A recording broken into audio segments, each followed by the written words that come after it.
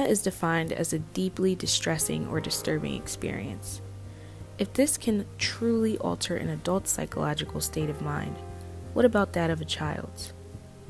We live in the land of the free, and yet many immigrant children are being detained in the United States and have been separated from their parents.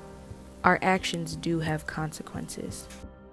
My title is Supervisor of Pupil Services for Norristown Area School District. Looking back on my career, I think there was so much more trauma and my ignorance and lack of understanding in education. I'm not understanding what was, even as a fifth grade teacher, when I look at my career with not even recognizing child abuse, but trauma, toxic stress can be all different degrees. I think it's fascinating when you learn about trauma and toxic stress. And they show the brain imaging that goes with it. When you're in that fight, flight, freeze, your brain chemistry is altered. I mean, that's proven. The amygdala is fired up, or it should be like two little acorns become, the bigger part of your brain that's fired up, that has a significant impact on children and how they come to school and learn, because they're either in that fight, flight, or freeze mode, that they don't have the access to education.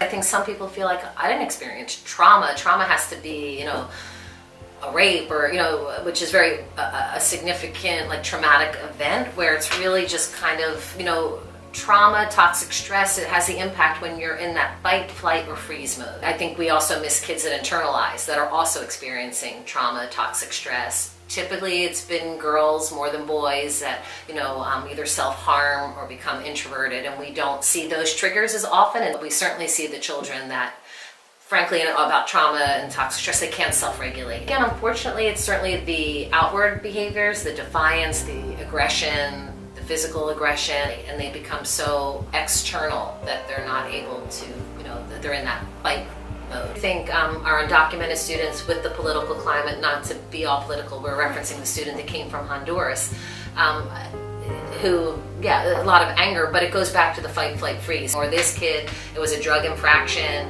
I don't know the aggression level to his mother, who was concerned about anger. I would take a step back and say, where has been some of this traumatic experience versus a child with mental health issues who has a conduct disorder? I just feel like, given the little bit of his circumstances, again, I would be angry. A lot of unknown, a person that raised him, all the things that go with that. They're in school all day thinking, is my parent going to be deported when I get home?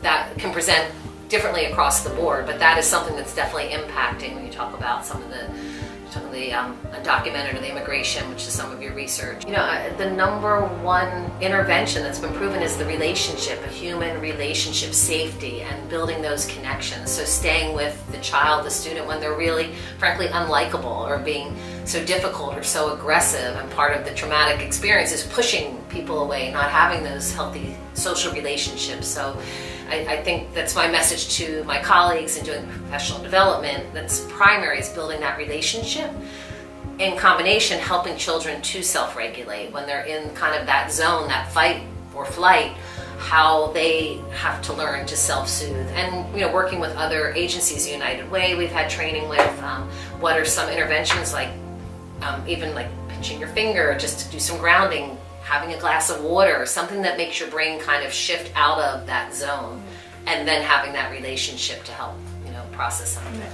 I think that with the brain imaging, that you can get well. I mean, you can heal from trauma, but you need the right kind of intervention. I mean, there's a modality, and that's all from a school, but like the EMDR, which is the bilateral stimulation. So they're showing the brain, it's to be able to really heal your brain from trauma. So yes, people can be healed, but they have to be open to it, to recognizing it. And again, it goes with that relationship of feeling safe, having somebody that they can talk to. And it definitely impacts physical health. I mean, the stress, the chronic toxic stress takes a toll on your body.